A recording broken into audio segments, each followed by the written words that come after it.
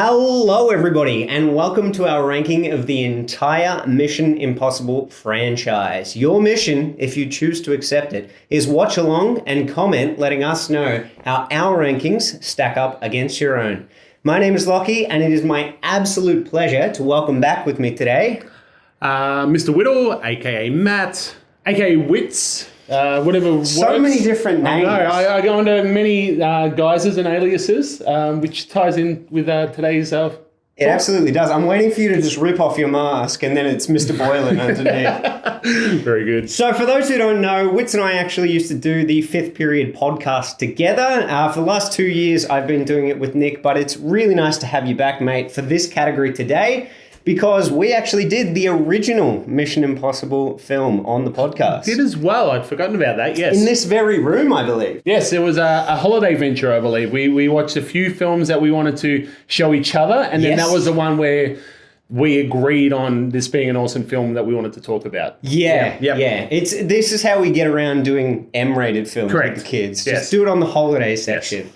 Now, before we jump in, if you are a fan of rankings or the Mission Impossible franchise, please do jump across the channel. You can check out our episode on the Fifth Period pod, but you can also look at our new playlist for rival rankings. Nick and I have done a bunch of videos there ranking different film franchises. Ordinarily, we look at the films as a whole, but today we are returning to a ranking in categories instead. So we've only done this once before for the Scream franchise, but I'm pretty excited. I like the category ranking because it gives you a new sort of perception on how you rank the films. Yeah, so I watched your first episode that you did with Nick around the Scream franchise, and the categories you chose for that were really cool, but I think the ones that we're exploring today are going to allow for these particular films to be discussed in the right kind of context. Yeah, absolutely. Like the Scream franchise ranking, we will also be agreeing or tentatively agreeing on our categories before we move on to the next one. So rather than rival ranking, we're going to come to a joint decision, and then at the end we're going to add up all the scores and see what our definitive ranking based on the categories is. So if you do want to skip ahead to any of the individual categories, I will leave time codes in the description below. Alrighty, shall we jump into category numero uno? Sure. So we are beginning very appropriately with opening scenes. Okay, would you like to start us off? What did you have in your 8th place for opening scenes? In my 8th place for opening scenes within a Mission Impossible film, this is going to become very much the opening of pretty much every category. Anyone who knows this franchise, the consensus is that this particular film is the weakest in the franchise, and for opening scene, it's no exception. It is MI2. I'm quite happy to go along with you on this one. I knew that MI2 was going to rank pretty low on most categories, and so I actually gave it a little reprieve for this one, and I went with The Final Reckoning. Now, my reasoning behind that was because I felt like The Final Reckoning, and we should say there will be spoilers for all 8 of the Mission Impossible films, so if you haven't seen The Final Reckoning yet, head on out and catch that first before you watch the rest of this video. The Final Reckoning for me was very disappointing in its entire first act, not just the opening scene, but especially in the opening scene because it very much felt like a previously on Mission Impossible. Mm-hmm. So I'm in total agreement with what you're saying. My 7th in the ranking is Final Reckoning. And coming to the recording today, I did think about the fact that I need to watch this film a second time. Every other 100%. film that we're talking about today, all other seven, I have seen at least 3 times, if not more than that. With that in mind, and also thinking about the opening scene, technically it's not the opening scene, but then when we cut to Ethan on the rock, it does have an element of cool to it. I really like the rock climbing. I certainly don't like his haircut. No. He's a renegade now. This overall movie, we'll get into it as we go through the categories, but it's got a cheesiness to it that is just unavoidable in terms of like thinking about what works and what doesn't work. So, like the opening scene does have Richard Roxburgh pop up. It does, and with his South African accent. He's South African. As a kid, when this movie came out, well, I was technically 17. Like the rock, Ethan hanging from the rock was cool, and we're going to find this thematically throughout our discussion that anything that deals with heights has a element of tension and suspense for me, because I'm really not good with heights. You got plenty to come there. The palms get sweaty every time the heights are there. Not ideal for climbing, man. No, certainly not ideal. But yeah, so with that in mind, I think I'd be in agreement that Final Reckoning can be 8th, because I absolutely agree with you that first act is abysmal. Yes. And so we should clarify, I said to you earlier today when we were just chatting about this, that I had almost forgotten what some of these opening scenes were. Like, I had in my head what the opening scene was. I thought Mission Impossible 2 started with the rock climbing. It doesn't. It starts with the plane sequence. So that very much entered into how I ranked these. And even though I think a lot of these have a really strong first act, the actual opening scene for some of these were more lackluster than I remembered. Yes. So, yeah, especially considering the Final Reckoning is literally him just sitting down while he is told about the events of the previous film so that you can catch up. That was very, very frustrating for me. And, like, this is my only chance, in terms of looking at the categories, this is my only chance to mention that I was very frustrated by the Final Reckoning doing all this fan servicey stuff by bringing back elements of previous films, like, oh, it's Jim Phelps' son, or here's the rabbit's foot, or the knife from a previous one. It's like, excessive, you don't need that. But also, who are you targeting it to? Because if you're doing fan service for people who are diehard fans, or you're doing it for people who have never seen it before, so you need to do a previously on, it's like there's inconsistencies there. Absolutely. And further to that point, I wanted to discuss this with you. Sorry, this is the first of many tangents we may go on. Fine. How much lore do you need to know to enjoy one of these Mission Impossible films? Like, I think Dead Reckoning and Final Reckoning is an exception to the others. But for me, what I like about these films is you could not have seen any of the Mission Impossible films and jump in and see MI4, and you would understand and enjoy it. 100%. So the fact that, like you said, Macquarie, the director of the last 4, but including these last 2, has decided that you need all of this exposition and reminders previously on Mission Impossible stuff at the end of at the start of Final Reckoning really took me out of the film I really, like, for me personally, I didn't recover in the watch fully. A lot of people have said it gets better later on, but that first hour is just like a waste of exposition. Yeah. But I didn't recover because they chose to start it that way. I completely agree. Yeah. Even if they just kind of condensed everything, cut it right down, I feel like the latter half of the film would have been much more enjoyable. It's like they wanted to tell you how important the entity as the villain is. And it's like, we get it, guys. All right. And also, it doesn't really matter. Just get to Ethan saving the day, no matter what the day entails. Yeah.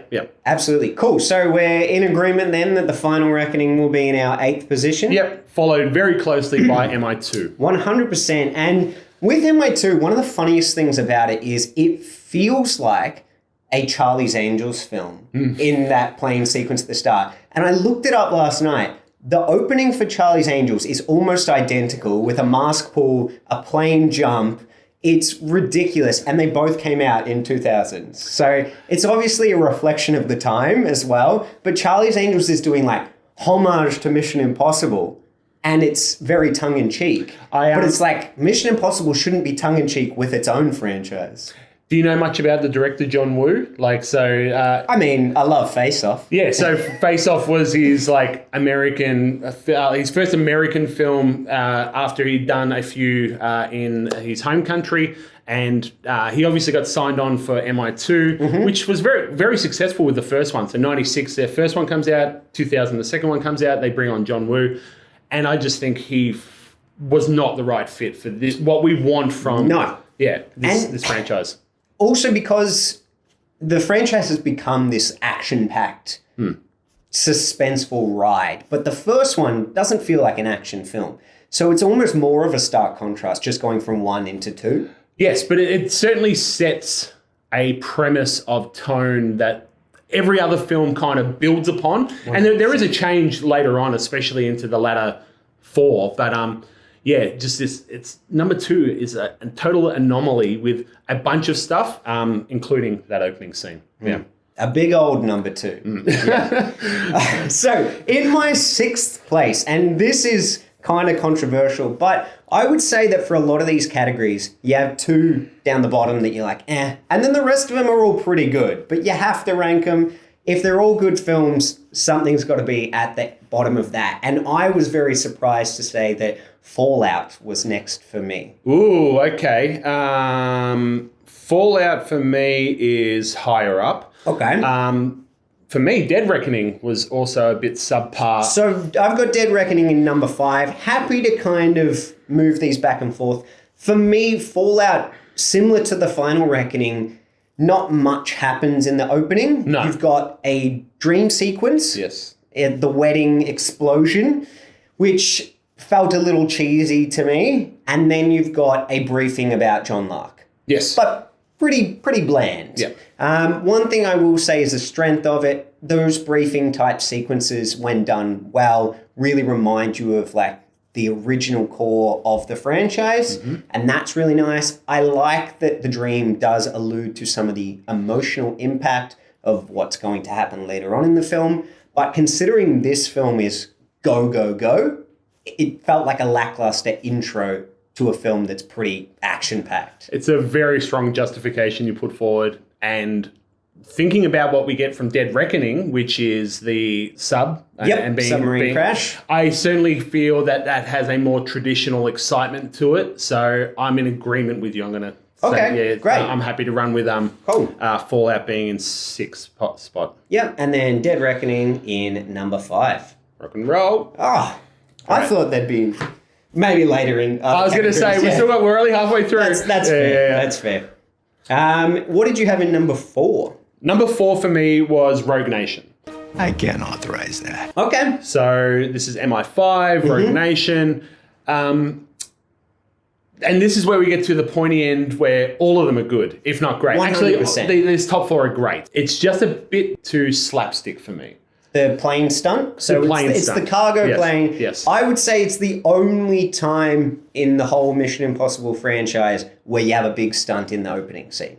Yes, and when we get to talking about stunts, it shifts as in terms of where it is. As a stunt, fantastic. As an opening scene that's setting kind of tonal seriousness, it's Benji going, get on the plane, I am on the plane. And I maybe you disagree with me. I know you have I'm my 3 and 4 are fairly interchangeable. Yep. So in 4 I had Ghost Protocol. Yep. So the Budapest mission with Hanaway's death. And it's really good, but it's quite quick. So if we were extending it to the prison breakout as well, it's an entertaining scene. I just think maybe the plane stunt works better for me in terms of that camaraderie with the team, which I didn't realize until watching The Final Reckoning how much I like that interplay. So some of the stuff that you're saying is a bit slapsticky and jokey.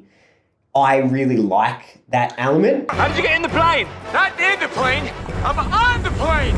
Open the door. Again, now that you bring it up, because Ghost Protocol, that's the one with the jailbreak, yes? Yes. Which, ain't that a kick in the head, I think, is the Dean Martin now song. that, I think of that versus with Rogue Nation and how cool that stunt is as part of the opening scene, again, I'm going to switch it up and agree with you. Okay, great. Don't get comfortable. I'm not going to do this for every category. But, I think, we'd go with Ghost Protocol at in 4. 4 and 3 Rogue Nation. Correct, yeah. Very happy with that. Okay, so what did you have in number 2? Number 2 is MI3. Okay, these two were really tricky for me. All right, you're going to find that there's a bias that comes in with MI1? MI1 for me. That's fine. Me too. Yeah, for a variety of reasons, but MI3, you're not going to, and we're also going to get into this with villain stuff, you're not going to do anything wrong with starting a film with Philip Seymour Hoffman on the screen. We are going to be fine. We're going to be just fine today, we'll talk about it a bit more later, but like putting aside who is presented in the scene itself, the tension is just instantaneous. Like you are in the room, and this ties in with how they chose to structure the narrative as well, like having a flash forward. So in media res is the term. It's the idea of starting the narrative not at the end. There's like 3 slightly different pronunciations, whether it's like at the beginning, in the middle, or at the end. And it means here's a midpoint. So we're not wrapping up the narrative, but we're going to return to this midpoint and then keep progressing. Cool. And it's I'm learning. It does take away some of the tension of the overall film by saying, well, we're going to get to this point. You know this is coming. Yes, and I like it when they do it in this, where when films do that, they don't show you all of that scene. Yes. So there's extra dialogue that comes in when they come back to it, or there's cutaways, and they condense the opening into like snippets later on. Yeah. So for me, MI3, you're always going to win with Philip Seymour Hoffman as your opener. Where the hell is it? Look at me, stay with me. 7! I actually did have MI3 in my top place, but I want to swap it because I originally have the same bias for the first film that I'm sure you have. You know how much we appreciate it from the times that we've talked about it on the pod. And I was challenging my bias by swapping them because of how captivating Philip Seymour Hoffman is in that opening. And likewise, Tom Cruise. Yes. Like the desperation and the panic is really engrossing. Something we'll get into with Suspense is a point of difference for MI3 is how Hunt has become a family man. Yes. And like how that gives an extra element of, depth to his character and 100%. Also what's happening in the story. So the fact that Julia is in the room and you feel through Tom's awesome acting that how much he cares, right? And it changes his character going forward. Yes. That whole care for the team, like everyone is so important to him. You can't lose a single person. What we love about Ethan Hunt as a character is that he always cares about saving lives in general. Yes. But when it's someone he personally cares about, like Julia, it ups the ante. 100%. Yeah. So, very happy to put MI3 in number 2. And then, of course, the original in number 1. So this is the Kiev mission. It is a very, very short scene. One of the things that I like so much about this is that it goes into the title sequence very quickly. So immediately after this scene, it goes into the title sequence. They go longer and longer and longer before the title sequence occurs as the film's go on. Right. To the point where in The Final Reckoning, it was about halfway through the movie before the title card comes in. And the thing I really like about this one is that it is the capturing of the TV show and then representing it on screen. So it's a very simplistic kind of mission, but they involve the masks. They bring in the titles quickly like you would in a TV show. And then something that I'm a bit iffy on about showing snippets of what's going to happen later on in the film. But I get that they're doing it because they're trying to emulate the introduction to a television show. Yes. And it became this iconic thing that they ended up doing throughout the entire series. So I just think it's really good at getting you invested in the world, this whole spy genre, and something that I don't think is necessarily captured as well in any of the later films is that whole spy world. Like, we're surrounded by the monitor. This is really intense. What's going to happen? We got to get this done. So it's really cool. So Claire's being drugged, makes it seem like she's dead, get the information out, and we get a realistic mask pull because it's actually Tom Cruise in a mask, compared to the Mission Impossible 2 intro where he's pulling off a mask. I mean, masks on masks on masks in Mission Impossible 2. I wanted to, as we go along, because obviously the later films have a subtitle to them, like as in a secondary heading, but the first 3 don't. Yep.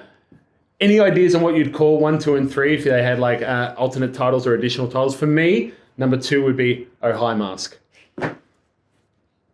Mission Impossible 2. Hi Mask. Yeah, that's good. The mask, it's excessive. Like they obviously and not realistic. So you've got people with like bigger facial structures wearing smaller people's. Like Ethan's got quite a slim nose, but then the guy that pulls it off has quite a it's not realistic. Yeah, so they obviously saw that everyone liked it in the first one, and we're going to use this to an excessive amount. Going back to that opening scene of the first one, again, what you said is absolutely correct. The investment from the outset is just there.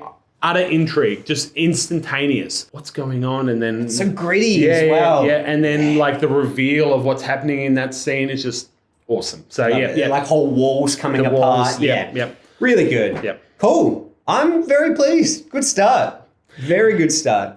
Next category might be a little bit different. We'll see. We're going to move on to the team.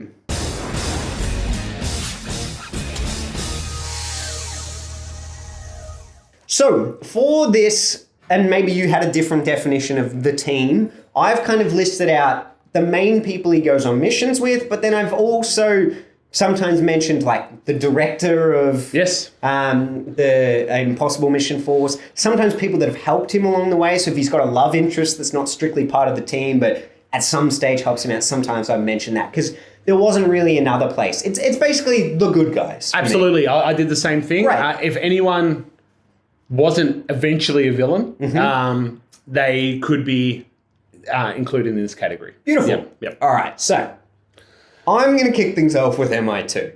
Good, because that's what I'd be kicking off. Yeah, it's just a really lackluster team. So almost you have to cancel out Luther because he's in all of the films. Yes, so you have a recurring cast. And he can be better in some films than others. Yes. But this one, besides Luther, you've got Naya, who I like Tandy Newton, but not in this.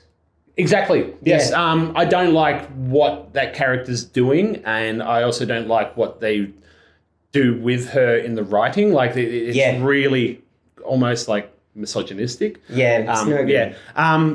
So yeah, I don't like Naya at all. Billy is so annoying. My notes say Billy is a knob. Billy is a knob. That's Billy so is true. a knob. He's an Australian knob. Yes. Yeah. There's something so jarring about watching this like sleek, sexy franchise, and then you've got Billy like, "G'day, mate. How's it going?" Yep. Yeah, it's jarring. And then the only other mention was Swanbeck. So Anthony Hopkins, one of the most wasted cameos in film history. So wasted, I didn't even remember. It's brief. Yeah. It is very brief. Yeah. But yeah, it's no good. No. So great. MI2, 8th place. Okay. For me, this is contentious because we keep saying that and then we're like, no, we agree. Well, like you'll anyway, it's the first one. Comes into play here. Okay. Not to say I don't like the team here, but the way that the team is utilized in the film, there's too much love and adoration for the team members, and it reveals too quickly that these guys are lined up for like being killed off. Do you think? So it's hard for me to look at this like retrospectively and go, did I know about this? It's like Absolutely, I didn't, yes. obviously, because I was young and naive, and maybe if I was to watch it now for the first time, I would be able to pick up on that because I'm a little more savvy to things like that in film. But I certainly didn't know at the time, and it was a big surprise to me. And that secondary team, the first team is a really lovable team, and I think part of what makes the demise of all of them so devastating is how well they gel. Yeah. And you get a couple of core scenes where you can see them hanging out and actually being pals. Like I got Emilio Estevez's catchphrase on the chalkboard behind you. Hasta lasagna, don't get any on you. You really like these characters and you feel devastated when they do get picked off. Mm-hmm. You've got that, and then you've got Luther again, obviously the origin of Luther. Claire that remains throughout. You love Claire. But Oh, please. are we... Oh, are you saying she's a villain? That's right. Yeah.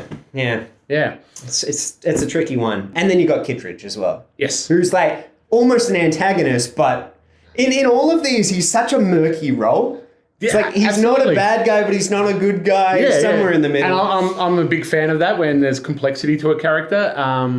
But yeah, I don't think, especially in this, like he is just more antagonistic, and we're going to get to the aquarium and talk about that a bit later. But yeah, I don't know. Where did you have that this one? That one's much higher. I had like 3 more before that. Okay. So I'll tell you what my next one is. Let's talk it through. Maybe I can at least bump it up a little bit higher. So the Final Reckoning was what I had next. Mm-hmm. And for a lot of the reasons I mentioned before, I don't feel like you get to appreciate the team in the same way in this film as you do in the other films.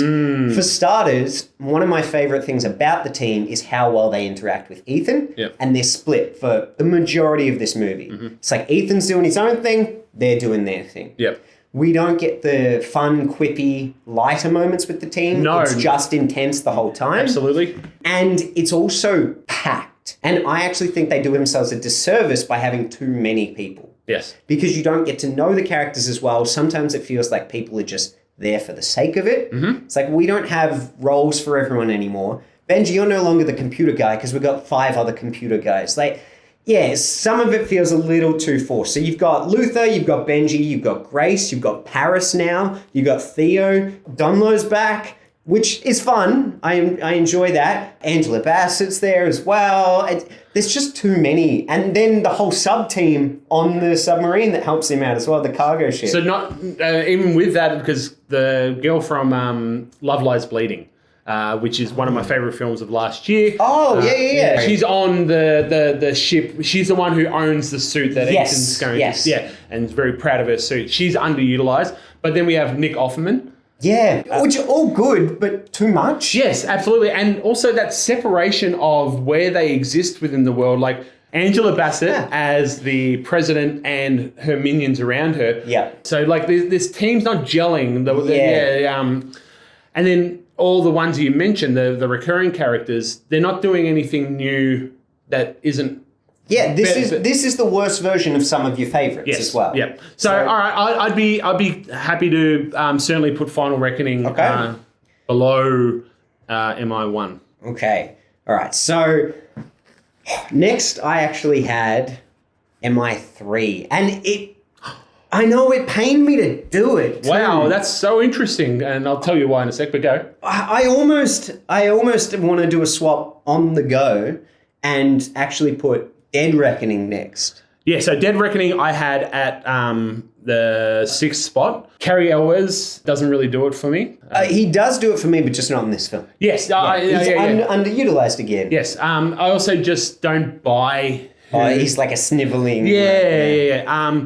He's not really a good guy, though. I don't know if he makes it on the team anyway. No, that's true, yeah, with that.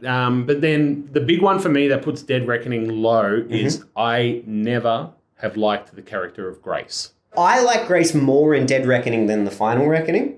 I like her even less in Final Reckoning, but I didn't like her in Dead Reckoning. Yeah, no, that's fair. I thought she was good, but not as good as some of the other teams that we've had. Mm-hmm. Your team is pretty like bare bones in this one. You got Grace, you got Ilse, you got Benji, and you got Luther. Yeah. But once again, I feel like we get better versions of Luther, Benji, and Ilse. We are introduced to Shea Wiggum's character, the cop, who is meant to be this kind of someone who keeps Ethan in check. Yeah, but... And I like him better in Final Reckoning than Dead Reckoning, but yeah. Except that he is Phelps' son. Yes. I hate that. Yeah, that's... His hair is incredible, though. It's like Marge Simpson with that. Yes, very much so. Okay, so... Dead Reckoning? All right, I'm very happy with Dead Reckoning, and I feel like you've given me a couple of leeways there, so I will put Mission Impossible, the original, next. Cool. So we got one there, and then my logic behind MI3 is not that they're bad. I really love this team. Maggie Q's pretty good. I love the introduction of Benji, but also Jonathan Rhys-Meyers is so charismatic. Mille grazie. All I ever do is copy. Are you trying to talk yourself out of it? Because like for me, those things you just said are the notes that actually put this team really high at the top of my list. Oh, now look, we can find some middle ground here, but Luther's back. We all love Luther. Kerry Russell as Lindsay. Kerry Russell again, another underutilized actress. Awesome. Wouldn't be a J.J. Abrams film without her. Correct. But she was so good in this. And then the things you've said, we get to meet Benji for the first time. Yeah. And that's a big thing for these films. Lower the laptop. This one's got a hole in it and stuff. And I love that they don't push too much of him onto us in this first film with Benji. Like, he becomes more important as the films go along. And then your final point, Jonathan Rhys-Meyers, I think he's great in this. It was a shame he didn't get to, come I always, part of them saying, oh, this is the last film and there's callbacks to the... I wanted more teams that we'd previously seen. They loaded us up on all new team members, but I wanted, some reoccurring characters that I couldn't understand why they hadn't brought them back. So I think we're going to need to find some middle ground on this one. Okay, that's fair. In number 3, I had Ghost Protocol. I had it in number 4, but that's because Final Reckoning was in number 3 for me. But yeah, Ghost Protocol, absolutely. Again, you got Luther and Benji. We've talked about him many times. We love him. I think this is a really good version of Benji. Maybe my favorite version of Benji. I'd agree, yeah. Him getting brought into the team is really fun. Yes. Him still feeling like he's not ready for it. It's Yeah. like his first proper mission. Really good. The whole Kremlin sequence, really good. But we can get to that for another category. Oh, and we will. Introduction of Brandt. You got Jeremy Renner coming in. Underutilized again, I thought. What are your thoughts on Jeremy Renner? So they were trying to set him up in this film to take over for Tom Cruise because he was the hot thing at the time. And Cruise also doubled down by going, no, I'm going to do all my own stunts now. Everyone's going to want me to keep doing this franchise till the day I die. And we still do, even if the last one was a little disappointing. But I think he has some good moments. He just never gets the opportunity to actually showcase his abilities. I think he adds to the comedic elements later on in the film in that team dynamic. When he's in the server and it's heating up, I like that sort of stuff. Him stretching before he's going to jump down on the magnets. That's fun. But I just feel like we never actually get to see him throughout this whole franchise do anything that's super action-packed when he was doing Bourne films, and he had training to be able to do much more than they utilize him for. Yeah, as an actor, I'm not really a fan of him. Okay. Whenever he's on a screen in front of me, I just find he's not enigmatic for me. Yep.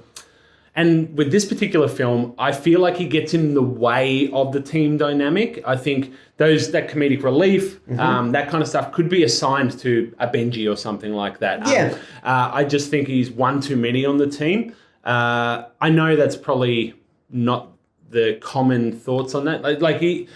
He's not an annoying character, but I feel like he's in excess of what the team needs in this film. No, that's totally fair. And then you've got Paula Patton as Carter. Yes. I like Paula Patton. Again, if she'd returned to the franchise, I would have been pretty happy with that. But I think that there are stronger team members that surpass her. Yep.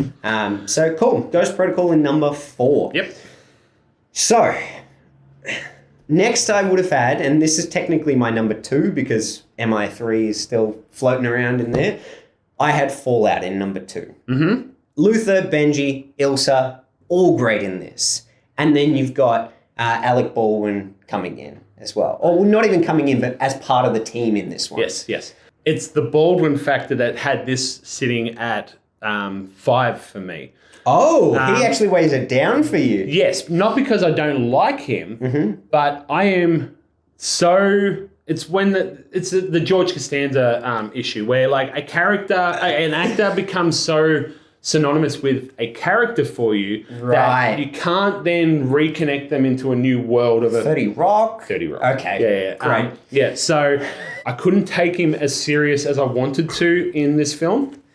Serviceable, and he does his job well, but that's just a personal thing. Where I don't actually ever think his character is very serious. And maybe that's just how I'm interpreting him too, but he always seems like he's not as invested as any of the others. What's fun is that Alec Baldwin gets to deliver all his lines in a very Alec Baldwin way. Whenever he gets to talk about Ethan, and he's just so the sultry kind of voice. I think he works better when he's against Ethan. Yes. Hunt is the living manifestation of destiny, and he has made you his mission. Which is why I had Rogue Nation higher. Yeah. So Yeah, what are we going to do about this Mission like, Impossible 3 sitch? With 3. Yeah. I would be happy to put 3 above Fallout in number 2. So I had Rogue Nation at number 2, so I'm happy for Rogue Nation to take the number 1 spot, and we'll talk about that in a sec. So let's put Fallout at 3. Yep. Let's put MI3 at number 2. Yep. Cool. So Rogue Nation. Yep. Again, you've got Luther, Benji, Brandt, and Ilsa. So 4 people we've talked about before, but I think Ilsa is at her best here. It's the introduction of Ilsa, and she is so alluring. So her first sequence is actually like the captured sequence where she's like torturing. But that opera scene, I mean, she's stunning in that. And she is the first person who you're like, ooh, Ethan's met his match here. Yes. Yeah. And no one ever comes close to how good those two are together. Absolutely. Like, a big part of why I am not a fan of Dead Reckoning, well, I am a fan of it in many ways, but the killing off of Ilsa is really upsetting to me, because I didn't even like Grace in the first instance, but then when it's like they choose Grace over Ilsa. Now, maybe outside of the film was because Rebecca Ferguson was committed to doing the Dune films instead. Yeah, she was a bit done with... Dune. Yeah, sorry. Dune. And Dune too. But yeah, this film showcases Rebecca Ferguson and the character of Ilsa the best. Incredible. And that, for me, will just win in terms of team dynamics. I was surprised at how high this one ranked, because if I look at the films as a whole, I've never sort of put this one that high in my overall ranking, but looking at these individual categories, it's pretty high up on a lot of them. Yep. Luther's good here, Benji's good here, and if you don't like Brandt, you don't get as much of him here. Yeah. He's still doing like the analyst type role with Alec Baldwin. Those two going head to head, I think works better for him than part of the team. Yep. And there's still some fun moments, like when they literally run into each other, and they're like, oh, hey. And then they keep moving. It's good. Cool. So Rogue Nation in number 1. Pretty good. We're doing all right. I'm pretty happy. Yep. Alrighty. Let's move on to category 3, missions.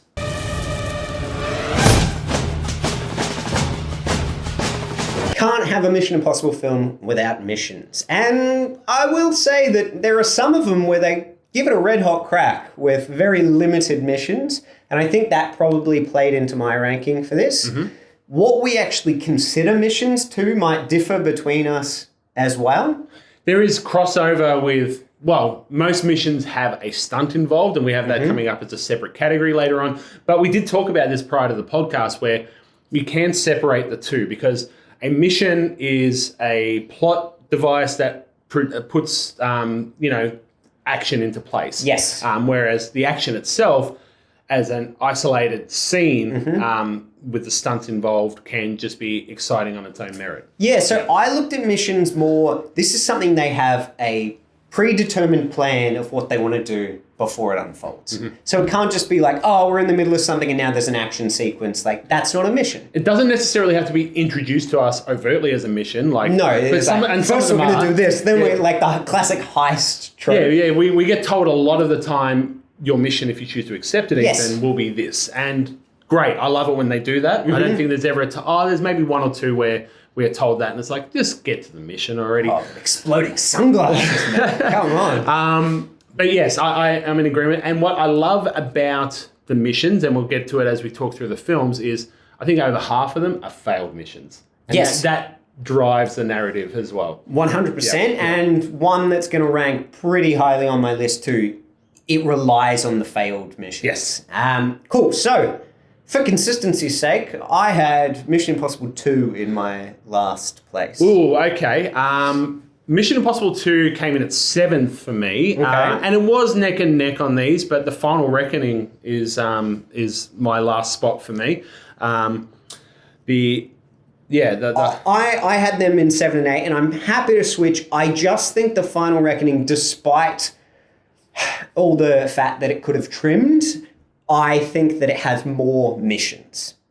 So you've got the breaking Paris out of jail, you've got the submarine dive, and then you've got like the bunker Podkova biplane kind of mission. Yeah. I would say those are the three. But for Mission Impossible 2, you've got like the biosite break-in. Yes.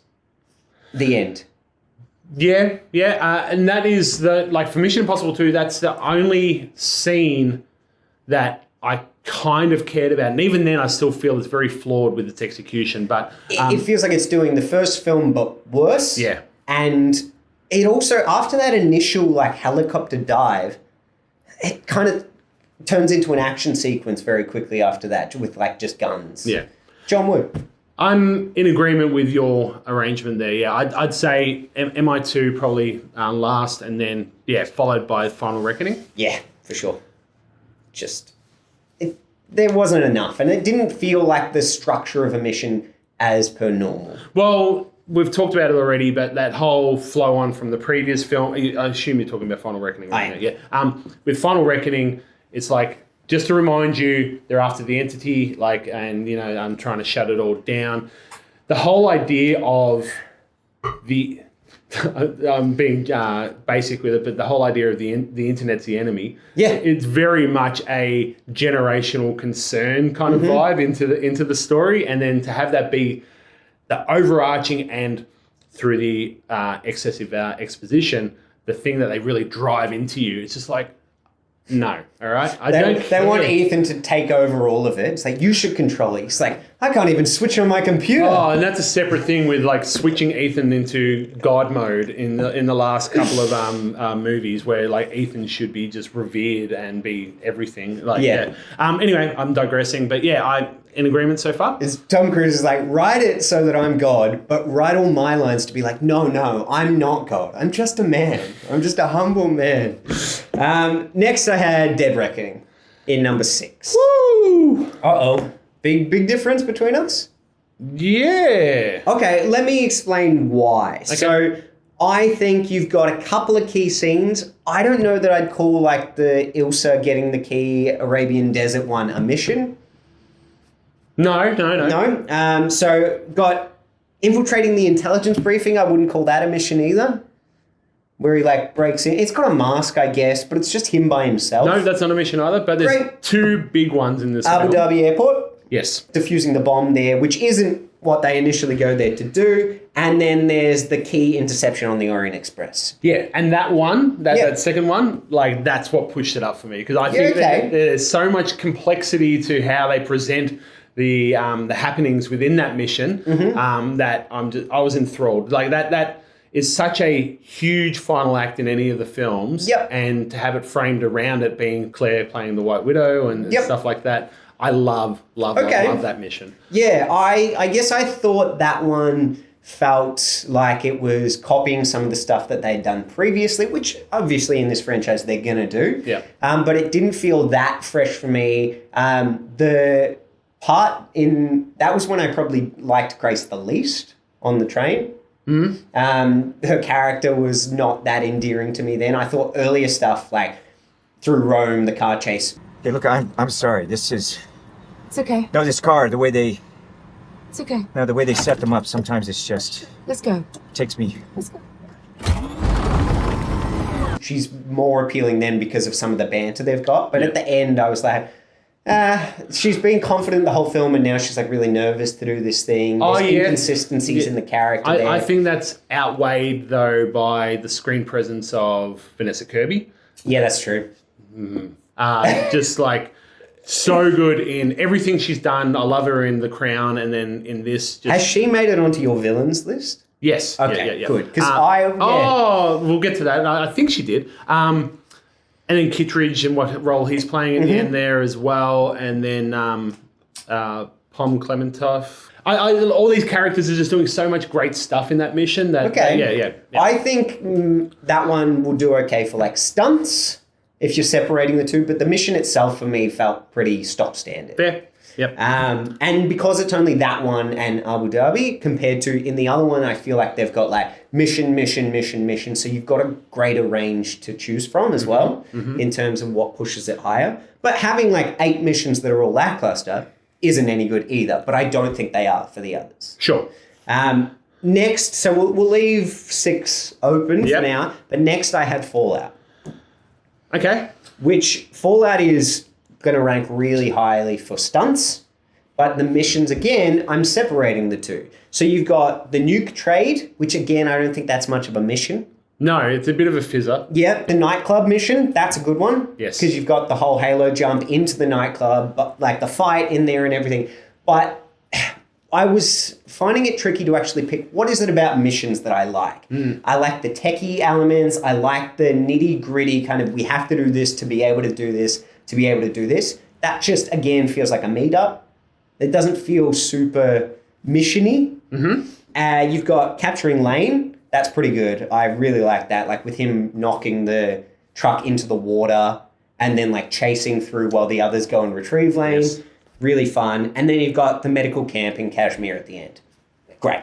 Really good. And the first time you get this idea of everyone needs to be involved doing their thing for this to work. Those latter two that you just said, that's what pushes this film up. Way higher? Yeah. Yeah, I don't know. Not way I just- higher, but it's at fourth for me, not fifth. I guess we're kind of in the same spot then. So what do you have next? What are you trying to push down? MI3 is sitting at fifth for me. Cool. The I Rabbit had that at 4. Oh, well, you never said what was at 6 for you there. Rogue Nation. Oh, okay. Right. There's something about the Opera House I didn't connect with. Like, as much as I love Elsa as a character, and she's very present in this particular mission, the execution of it is just... And it's also got a lot of Hitchcockian vibes in the way it's presented as well, which should be appealing to me. But watching it for the third or fourth time prior to doing this podcast, there's something not quite there with me on that one. And it's certainly a centerpiece of this film in terms of missions. Yeah. Yeah? So in addition to the Vienna Opera, you've got the underwater vault sequence. Which, that for me is a much clearer, I never liked that mission. So I don't mind that mission. What bugs me about it is around the stunt work. Well, yeah. And like that they're doing real stunts and he's holding his breath for 6... He's setting new records for how long he's holding his breath. But all of that is taken away by the added CG elements that make it feel unrealistic. You know me well enough to know how I feel about CGI and like what it does for taking me out of a film. No other Mission Impossible film has done it like this one did in terms of taking me out of the film. I was really almost actively upset with this film because of that use of CGI. Okay. Which I'm tying in with the mission. I guess it could also be tied in with the stunts. Yeah. Look, it's tricky because we also don't have like production quality as a separate category. There's lots of things you could look at as their own categories. You could say like plot holes and things like that. Like, there's always going to be a lot, but I think based on the 6 that we have, I don't know. Like, and you've also got the nerve gas plane sequence at the opening. That's a mission in itself as well, and it's a pretty engaging opening sequence as well. But yeah, it's tricky. I'd be happy to kind of push Rogue Nation a little bit lower, but I still think I'd have it above Dead Reckoning. Yeah. I could see that. Yep. So if you'd be happy to put Dead Reckoning in 6th place, I'd be happy to put Rogue Nation in 5th place. Okay, yep. Okay. And then I have Fallout in 4th already, and you had it in 4th as... Oh, no. I had it in 5th, but I'll put it in 4th. Yep, Fallout, great. Which leaves us with... Mission Impossible 3, then. The Rabbit's Foot Retrieval. Yep. Lindsay, Berlin Breakout. Yeah. The Vatican Break-In. The Vatican one's the strong one for me. Vatican one's great. Yeah. That's why it's sitting in the top 4, I guess. So I think it's a strong one. So did you have that below Fallout, you reckon? Yes. Okay, that's interesting. Yeah. But now that I'm looking at it and through talking about it with you, I think I've underranked 3. I'd Happy to put 3 and 3? 3 and 3. Beautiful. So then I've got, in number 2, Ghost Protocol. Oh, okay. So we're in reverse order of our 1 and 2. I've got MI1, the original, in the number 2 position. The Vault Break-In. The Langley Heist, yep. Which I adore, and also the Prague Embassy mission. My favourite sequence in any Mission Impossible film. we spoke about how and maybe I'm trying to do what you said you were trying to do before. Separate the categories. You're trying to go against any kind of bias that I have. And what I've been able to do with these two is with Ghost Protocol, like that film stands out for its missions more than any other film for me. Yeah. MI1 as a whole is my favorite, but like the Kremlin and the Burj Khalifa, like they're two of the best missions in any of the films. Yeah. All right, so I don't know. I'm gonna have to stand my ground on this one. You've persuaded me. Yeah, and look, don't get me wrong, neck and neck. All right, the Ghost Protocol. Yeah. I could interchange them quite comfortably. They're all good. So you got Budapest, you got the Prison Break, you got the Kremlin, Burj Khalifa, and then you've got the whole Mumbai scene at the end. Yeah, the missile stop with the car garage. And I feel everything. like Burj Khalifa is the peak of that film, and it's a great film and one of my favorites out of the franchise. But having your final scene in a car park is kind of like, a bit kind of mid comparatively to what's happened prior in the film, but still high quality. Yeah. 100%. Yeah. Cool. So I'm happy with that. So we had 3 and 3, 1 and 2, and then in number 1 position we had Ghost Protocol. Nice. Alrighty. Next up, we're going to be talking villains. This one will be fun.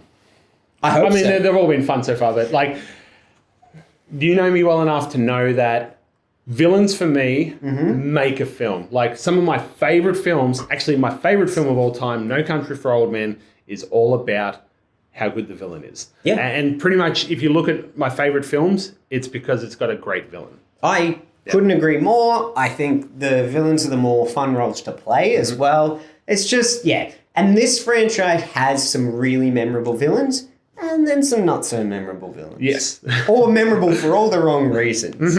I actually am going to put, and I already know we disagree on this one, but I'm going to put The Final Reckoning in number 8. Look, I have it pretty low because there are better villains in the franchise, but Esai Morales as Gabriel? The reason I'm getting so memorable. No. The reason I am forgetting is because Esai Morales has a warm spot in my heart, a soft spot for him because of the film La Bamba.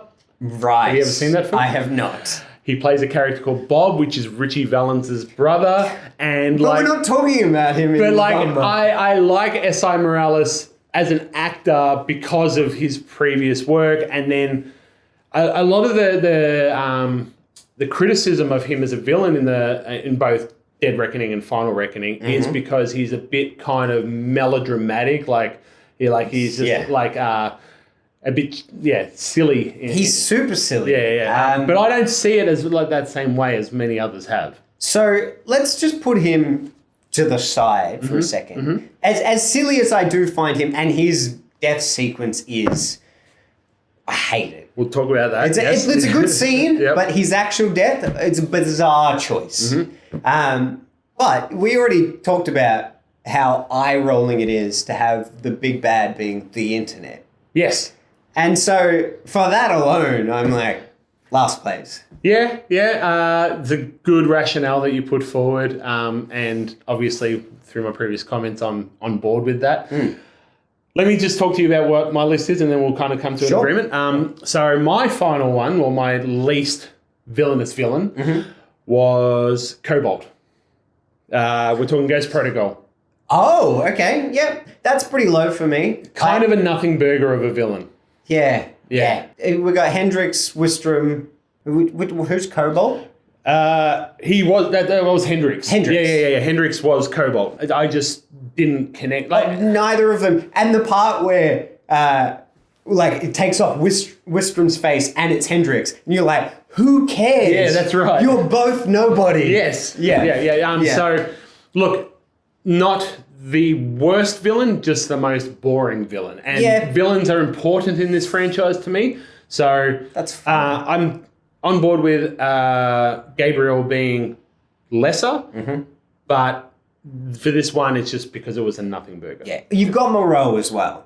who I like that there's a bit of like a through line with her and Paula Patton's character, trying to get revenge for the lost love. Yeah, I agree. They're pretty lackluster, but at least they're people.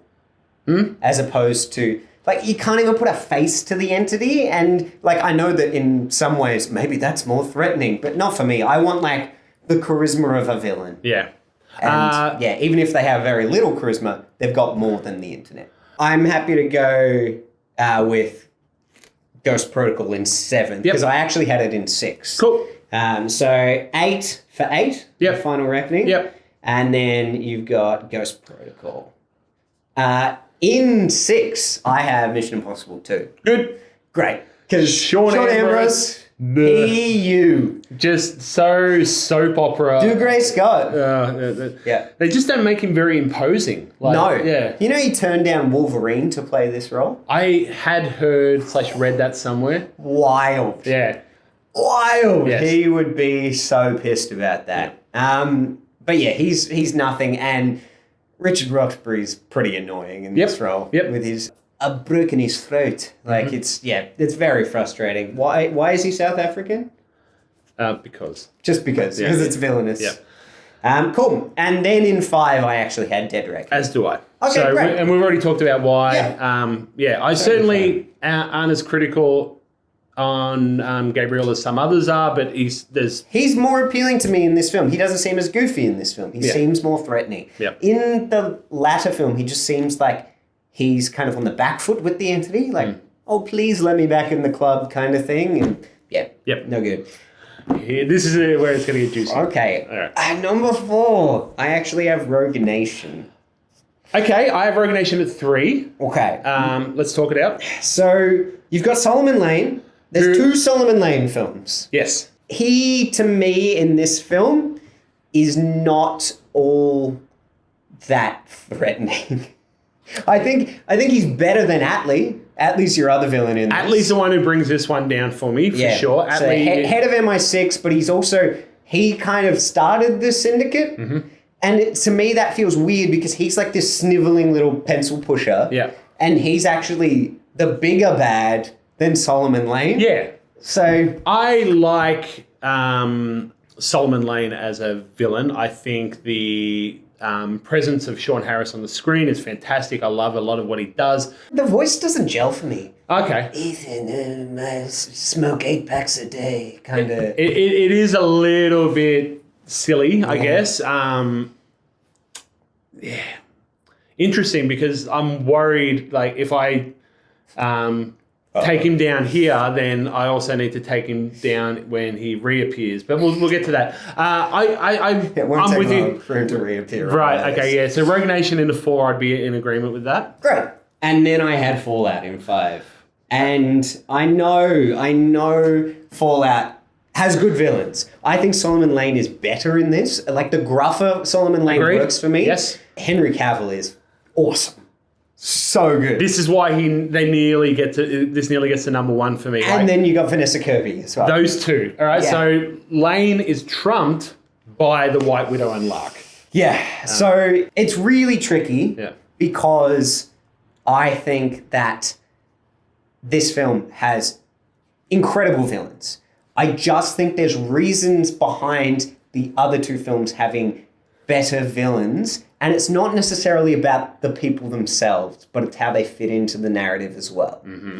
So in my number 2 position, I had the original. Okay, so I had that at 4, and then I'm obviously happy to put Rogue Nation at 4 instead. I don't know. We're gonna. So let me explain. Yep. So Krieger, Jean Reno, like, bit of fun to see him in a film, but I can take or leave him. Bit disappointed that he turned into a bad guy, because I would have loved for him to stick around as part of the team. I love Jean Reno. He's good at it. He's good in this, and he's got a whimsy to his villainy as well, which I think was inspiration for what they did with the Benji character.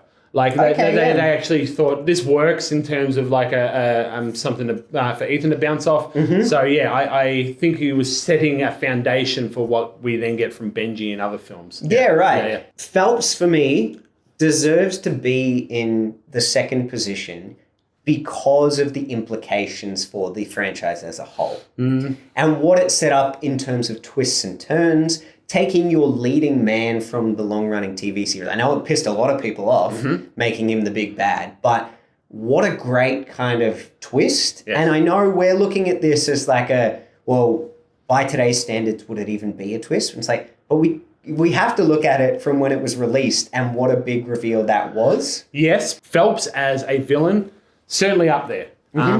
But he's just not as imposing to me as what Vanessa Kirby's doing with the White Widow and what Cavill's doing as well. So yeah, so we're looking at performance versus his overall placement in the film. Yes. And I completely agree with you performance-wise. He also, like with Cavill, one of the best parts about him is he's physically a big threat. Yeah. Like John Voight, just pushing down some stairs, you know? I if we were just going outside of Ethan, like screen presence, Cavill is incredible. up there. Really incredible. But what I think John Voight brings is a really sinister element of like, well, if you can't trust this guy that's been almost like a father figure to you, who can you trust? Really, Even when he comes back, Ethan, like envisioning him, he's so haunting. He's bleeding and he's like asking for help, and he is a representation of Ethan letting everyone down. And then when you find out, actually, he didn't let anyone down. He actually was the big bad. It makes you feel so much throughout the film. Yes. Yep. You're absolutely right. I'm down with putting Fallout at 3. Beautiful. 1 at 2. And then, yeah, we've alluded to it. I mean, PSH. so good. I'm going to find her. I'm going to hurt her. It's captivating. So recently Philip Seymour Hoffman was voted number 1 in another podcast that I love called Film Spotting as the best actor of the 21st century. Wow. Now, agree, disagree, certainly would be up there. Up there, right? for sure. And For sure. this film is so well serviced by his presence to the point when he's not on screen, you're missing him. Yes, absolutely. Yeah. There's so many good sequences where he's just talking directly to Ethan and like speaking through him. It's like the superiority that comes across. He's chained up in a chair and he's still like, I have the upper hand here. Yep. Oh, it's incredible. Yeah. Because you know what I'm going to do next? I'm going to find her. Whoever she is, I'm going to find her and I'm going to hurt her.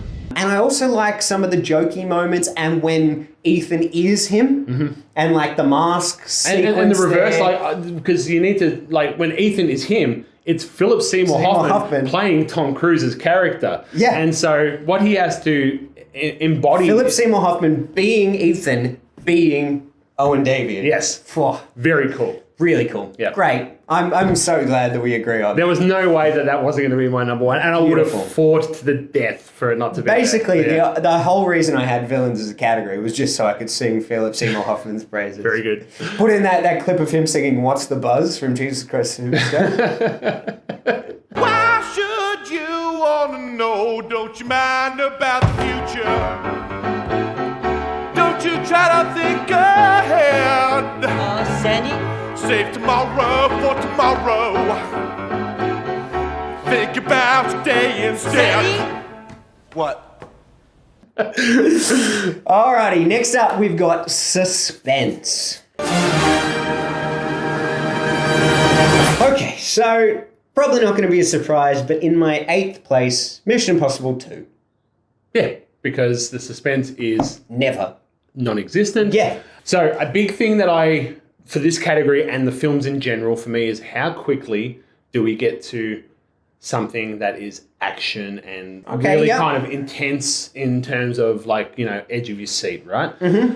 This film took 1 hour and 7 minutes to get to any kind of semblance of intrigue and intensity. Did it ever get there?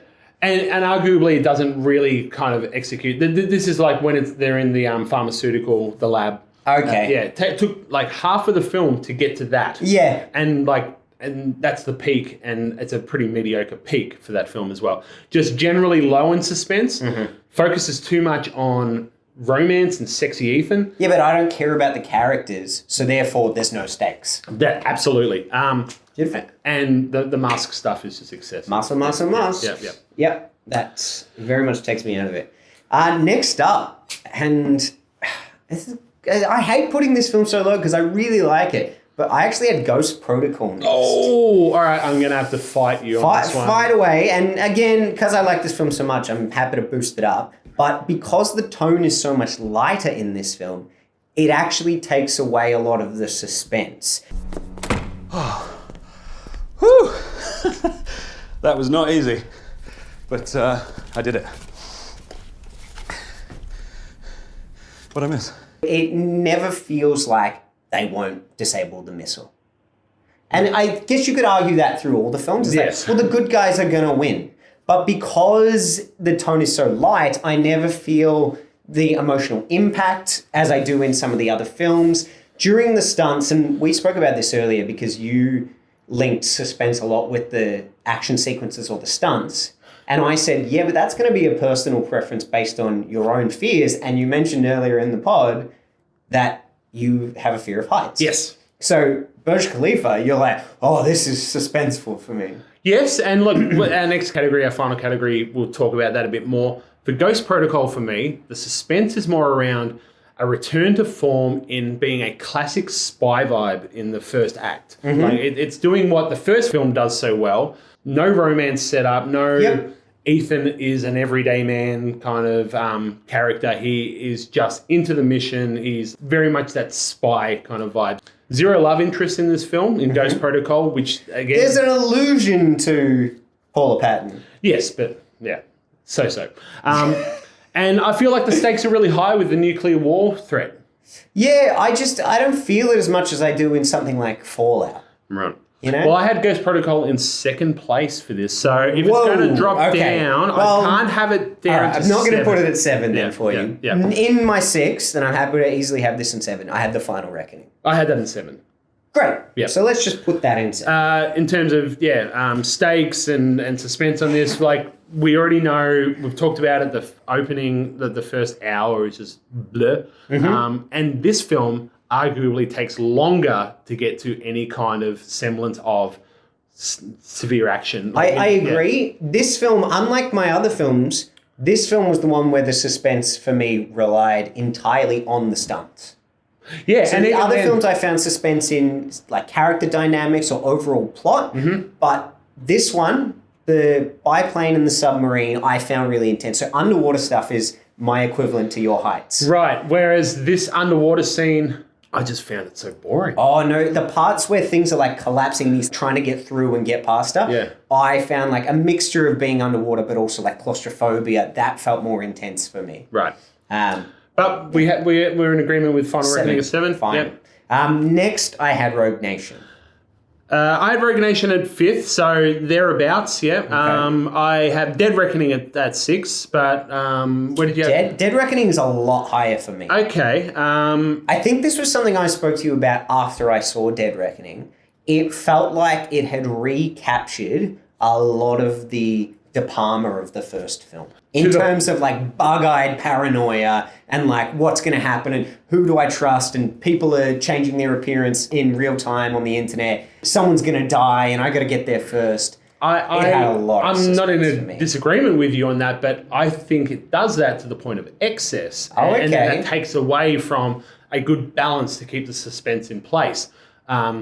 Namely, when you talk bug eye, we're talking the Dutch tilt in terms of this film has bug eye for me is nod. also how Tom Cruise is feeling through it. Okay, and I think he feels paranoia in this one because it's like it's something from his past, someone he knows, but also he can't trust the people on his own radio. Like there's so much deception in this one. Yep. So are you happy to have Rogue Nation in 6? Yes. Okay. So let's put Rogue Nation in 6. You've got a couple of moments, but not many. So you've got Benji strapped to a bomb. You've got the underwater sequence, but again, I agree with you that some of that suspense is taken away by how fake it looks. Mm-hmm. And then you've got the opera, stopping the assassination. There's suspense in that, and like, what is he going to do and trying to make that last minute decision and then just deciding to shoot. Yes. That helps like boost it a little bit for me, but I still think it's pretty low on the list. So going back to our point of conjecture, I've got Ghost Protocol at second. You've got Dead Reckoning at second. How are we gonna do this? Do we put both of these down into fourth and fifth? We could do. That would be a compromise on the list. Yeah, all right. Yeah. So what did you have Dead Reckoning at? I had Dead Reckoning at 6. Okay. And I had Ghost Protocol at 7. Yeah. So are you happy to go Ghost Protocol at 5 and Dead Reckoning at 4? Yes. Okay. Yeah. Whew. We got there. In my number 3, I would have had Fallout. That's the next up the list for me. Taking Ghost Protocol out of 2, that would be the next in order. Suspenseful in its stunts. Yes. But we've got stunts as a separate category. I want to look at overall suspense of the film, and I don't think it's nearly as suspenseful as the other two because of the emotional stakes. Okay, see, the moral conflict in this raises the bar for me, where Ethan is confronted with like what to do. So I'm rationalizing it, and I don't know why. We're gonna put it. Yeah, fine. Fallout number 3. Yeah, no. Beautiful. All right, so in number 2, with the switch around, I now have Mission Impossible 3. Yep. So there were some big sequences in this that I thought contributed to suspense. Lindsay with a chip in her head. Davian counting down with the gun against Julia's head. But the big one for me is Davian getting away on the bridge. Because he's already said what he's going to do to Julia. And the desperation for Ethan to stop him and not being able to is incredible. Yes. I love this scene for suspense. We've talked about it before, separating stunts from suspense. Like that scene for me kind of falls into both categories for suspense overall. And another reason why this film is up there for me is what we talked about before with playing around with the structure. Yes. Which adds to the suspenseful nature of it. It's also a return to form with the music in the film really contributing to how the suspense plays out.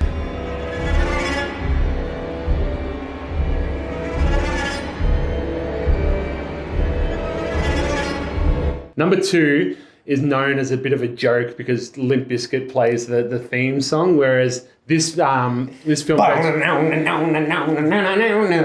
goes back to having the theme song. Also, and what's good about the use of the theme song throughout all the films is that when it's done well, they play on the premise of the theme, but then they orchestrate the song, the theme music or the score in a particular way. Yeah. And this film does that as well, which really contributes to it. And finally, for me, like with a Fallout, it's got really good pacing. Yes. Yeah. 100%. Yep. So, the Lives ultimate one. film, Mission Impossible 1 is just for suspense. We talked about Bug-Eyed De Palmarama. Well, that's why this one, it's going to sit at number 1. It was always going to. It's partly Brian- why I snuck that one in. Brian De Palma. De Palma. All right. We've talked a lot about his movies. We've done some rankings and stuff like in our conversations, like movies like Blowout. Yeah, absolutely. Untouchables, Scarface. He is just an expert at making you feel on edge the entire time you are watching his films. There's specific sequences in this that I thought stood out for suspense. Like you've got the mole hunt in Prague. Yep. Obviously, with people getting picked off, that's quite suspenseful. The best. The Langley heist, like sweat, like beads of sweat dripping down your face. good. It's like, oh. In terms of stunts, they say like that first film doesn't compare to the others, but it doesn't need to because it's engrossing in other ways. Yes. And the suspense is a major one. The absence of sound in that scene, just like you were talking about how much music contributes, but a lack of music here and just him toast.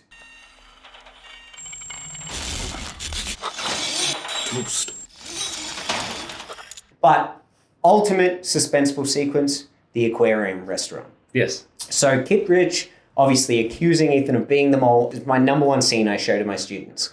Dutch tilts aplenty. It's getting closer and closer. It's building up suspense. You feel more and more on edge. Oh, and then you get that awesome release with the big explosion as he escapes. It's just incredible. In terms of symbolism, it also really plays into that as well. This is De Palma, who at the time was the epitome of suspense film for me. As we know, heavily influenced by Hitchcock, who is a master of suspense as well. The whole bomb under the table thing. You show it, do you not? Yes. Gum under the table. A literal bomb. I can understand you're very upset. Kittredge, you've never seen me very upset.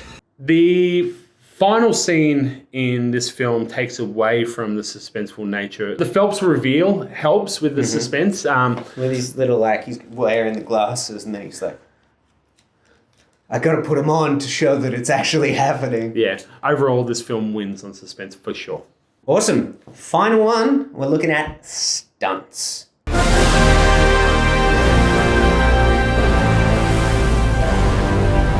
Now, this franchise is very much known for its stunts, and stunts became a bigger and bigger part of it as it went on. Mm-hmm. It's also about whether the stunt serves the story well. Agreed. So a stunt standalone can be impressive through its technical achievement, but that doesn't necessarily mean it helped the film as a device. 100%. So I love, let's just have a quick comment on what Tom Cruise has done for filmmaking in general in saying, I am going to do all my own stunts. No other actor's doing it like he does it. No, but he has absolutely inspired other actors to take on more active roles in their stunt work, which is good and bad, because there's a lot of great stunt people who are actually doing less now as a result of that, because so many leading actors are doing their own stunts. But it's just an evolution of stunt work, right? So now instead of doing the stunts for them, they are training with stunt people to be able to do it correctly and safely. This harks back to old cinema in terms of like a Buster Keaton, Chaplin vibe of like these guys did everything you saw on the screen. Yeah. And just knowing that Cruise is doing that for us, the audience, makes him more endearing as an actor, but also makes you just connect more with the films. Even all the marketing and stuff now, it's like, he's on a biplane saying, go see my film. It's like, above and beyond. In number 8, I've got MI2. As do I. Beautiful. So you've got stunts in this. You've got the rock climbing scene, which is pretty impressive. It's okay. The big jump is good. Yes, the way it's shown though, presentation of it, and the slow-mo that like of the jump as well, and everything that's happening. Get that hair whipping through. Yeah, it takes away from the impressive nature of that stunt. It is fine though as a stunt. Yeah. You got Sydney motorbikes, helicopter dangle, but they're all, everything's been John wooed. Yes, it's been very wooed. I find and ironically, that actually made it less exciting. Well, yeah. So I wasn't shouting woo. Nice.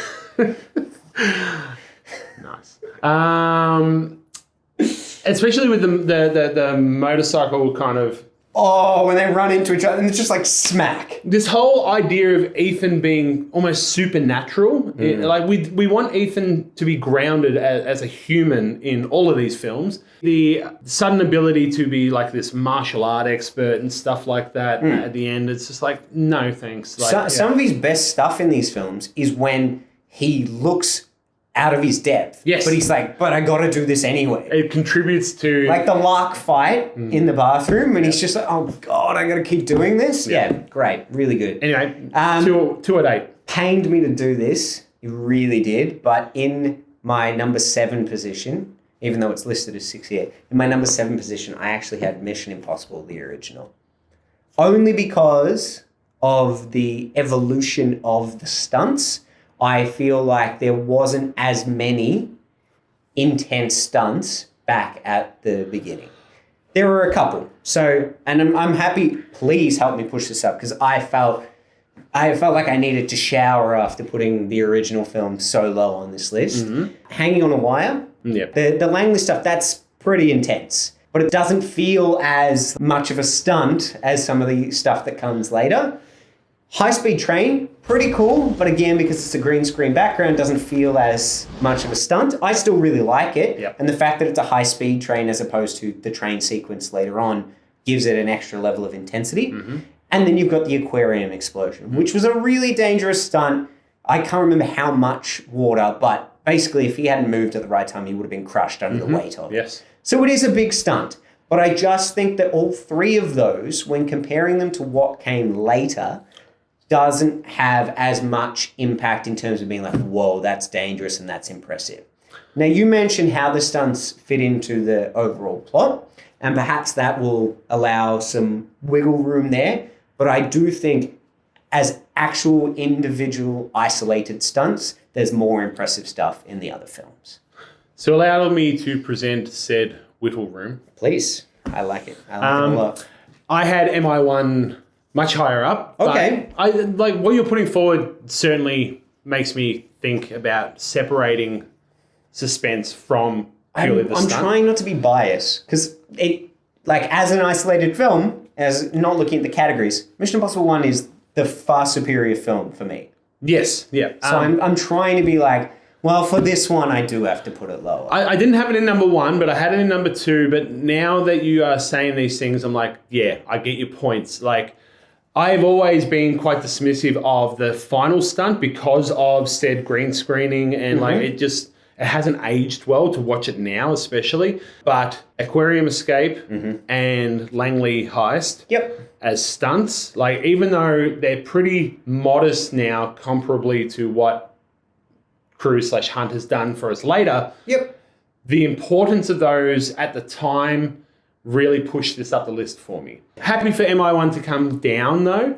Let's talk about what I've got in 7th, which is Final Reckoning. Okay, so I've got Final Reckoning in 5th. Okay. I wasn't as impacted by the stunts, but it's not because of the stunts. It's because of the overall film, and I'm really trying to separate them. You said submarine stuff didn't do much for you, but I still think it's a significant stunt.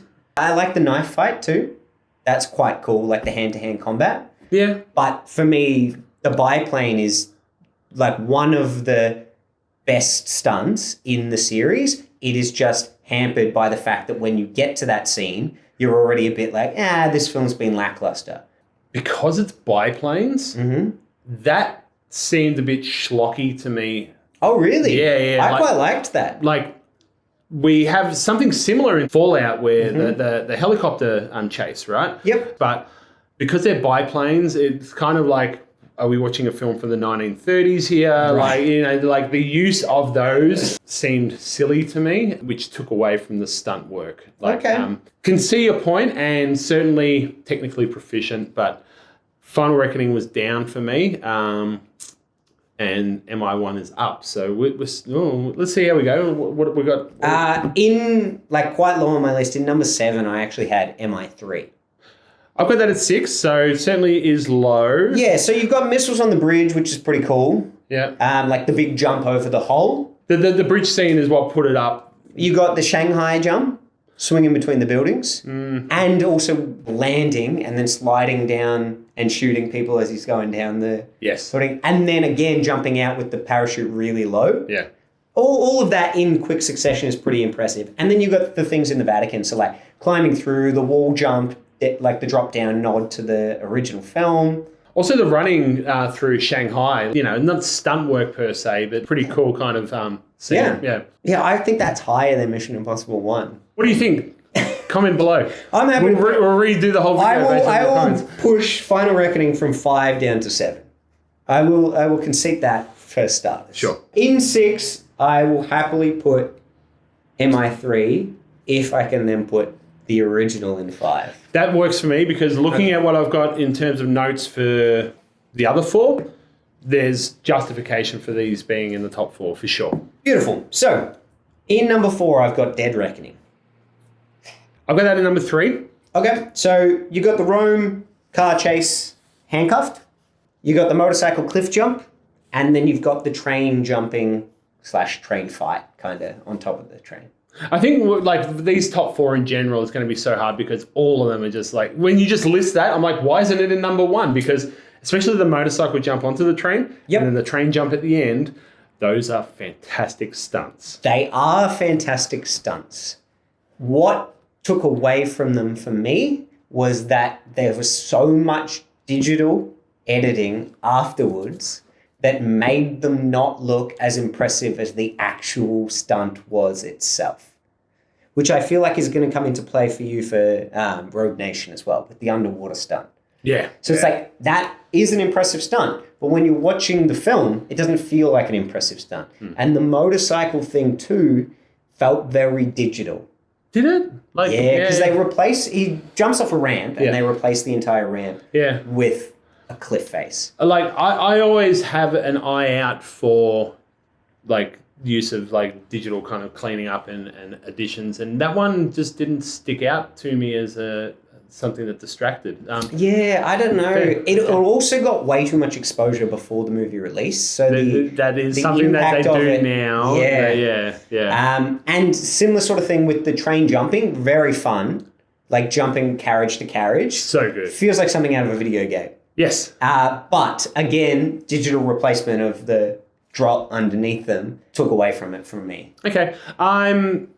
Because all of these four are going to be hard to, like, for me to come to an agreement on. But yeah, I'm happy with Dead Reckoning being in 4. Beautiful. In number 3, I've got Ghost Protocol. So we're not going to have the same number 1. Uh-oh.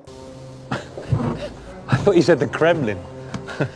Because for me, nothing beats Burj Khalifa climb. Yeah, and that's probably your own personal fears as well. Yes, I like, no lie. Right now, talking about it, my palms are starting to sweat. Yeah, right. Like, I am seat edge every time I watch that one.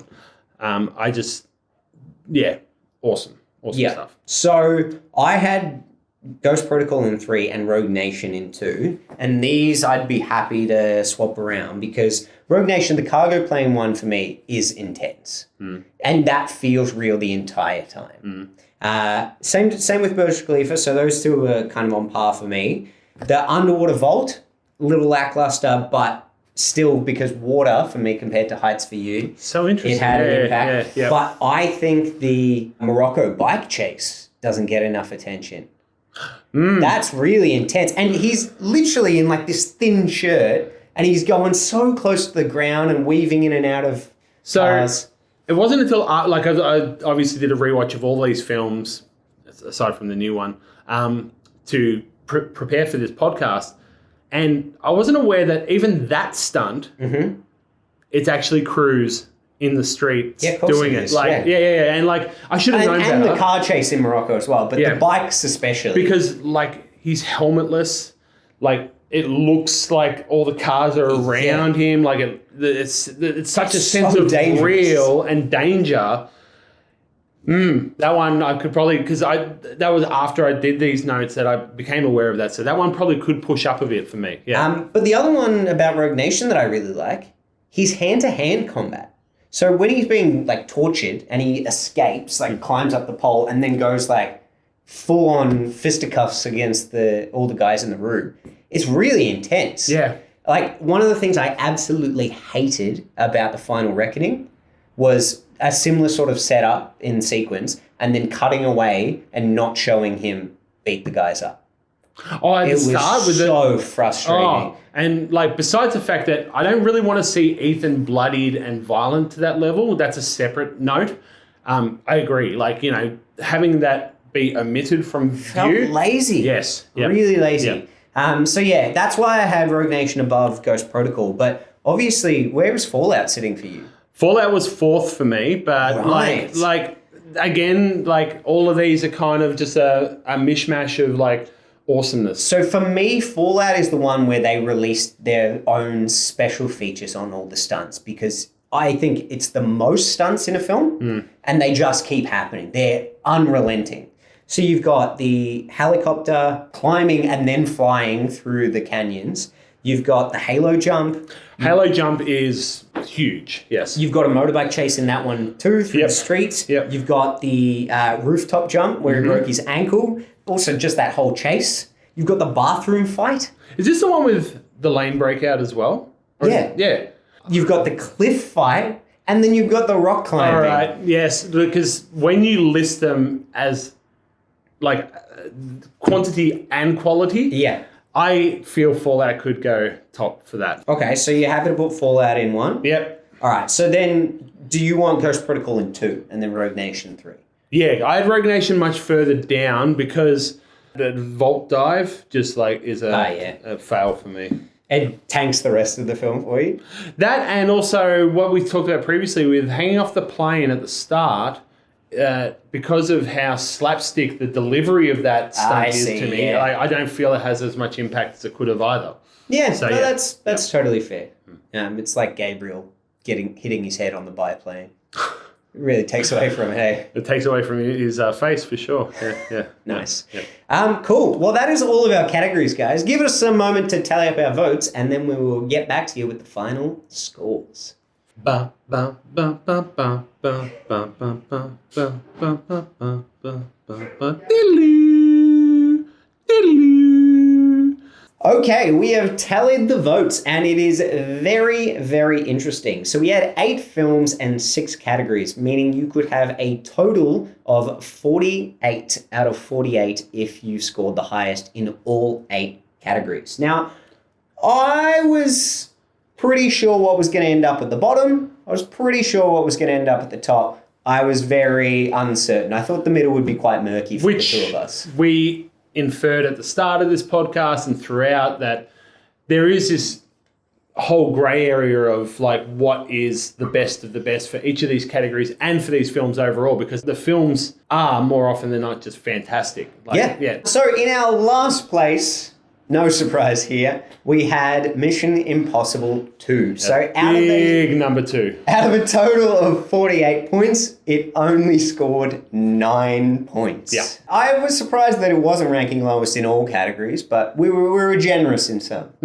Next up, in our 7th place, we've got The Final Reckoning. Probably no surprises there based on how negatively we talked about it today. It was disappointing. I still quite enjoyed my experience watching it as like a film, but when you compare it to the other films in the franchise, there is a significant drop down. You only saw it the once at the cinema as well, same as me. Do you think we'll be a bit more forgiving and a bit more of a fan of it on a second viewing? My thoughts are no, based on my memory of what the experience was. But, you know, these things can happen with a rewatch. It's really tricky because my anticipation for it was very high. Yeah. Now knowing what's coming, maybe I would be a little more generous. Follow-up question. Mm-hmm. Will this be Tom's Final Reckoning? I think because of the mediocre reviews on it, he's not going to be happy to leave the franchise with this one. I hope he's not. Yeah, I hope not as well. I think he's got another film in him for sure. Just looking at his body alone in that film. Yeah. Yeah. He's also like been one of these people who has been a strong advocate for this franchise. Like he's been producing it since the first film. It might have been the first film he produced. Yes, it was. Original. Yep. And he's always had this kind of air of I'll play this character till I die kind of vibe. So the fact that they were announcing this as The Final Reckoning, to me, I was like, will it be really? I think it could have been if the film had been fantastic, but it wasn't. Yeah, agreed. So, yeah, I think he'll come back for more. We'll see. In our number 6 place, following closely was the original of the Double Up films, Dead Reckoning. So out of a total of 48, that one scored 24. Right down the middle. Did we say Final Reckoning was 10 out of the 48 as well? So, yeah, big step up, going from 10 to 24.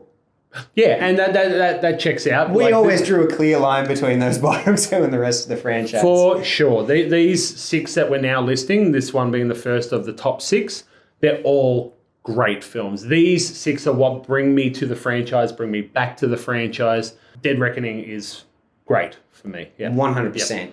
Next up in number 5, we've got Ghost Protocol coming in at 31 out of 48. This one was one that I had a lot of enjoyment of when it first came out, but also as soon as it came out on DVD. I bought that DVD and have watched it so much that I'd be surprised if the DVD even worked anymore. Like this one, because of the missions and how much fun it is, it has a lot of rewatch value. Yeah.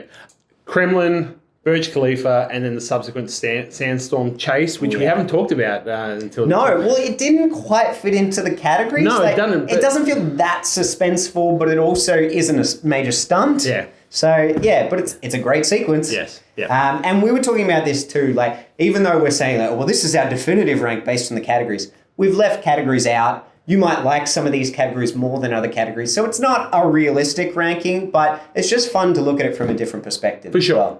Next up, in our number 4 place, we've got Rogue Nation. So that one came in at 32, just beat Ghost Protocol by 1. 32 out of 48. This was a surprise one for me because I've never held it that highly in my ranks. But then when I started to break down individual aspects of it, I had a lot more appreciation for it. Exactly the same. Like Rogue Nation is Macquarie's first out of the 4 that he's done. And I did think he was just finding his feet with this film. Certainly had a vision for what Mission Impossible was to become. Hit and miss in its execution for me. So again, very enjoyable. Yeah. But it places well. 100%. In our number 3 position, and this might be a little bit controversial because lots of people rank this one the highest out of the franchise, and that's Fallout. So that came in at 34 out of 48. I always really liked Fallout. It's right up there for me. Obviously, I've mentioned that the first one, nothing can beat that for me. But Fallout was always because it's so action-packed, it was going to do well. I think a big draw card for that film for me is Henry Cavill. I think he complements and doesn't take away from Hunt in his character. But I just find that elevates everything in the film. Like his Definitely. Physical presence, but also as an actor, he's just really impressive. And I love that film. So, yeah. Big twist ending to our rankings. There is no second place because in joint first, we've got Mission Impossible 3 and the original Mission Impossible film.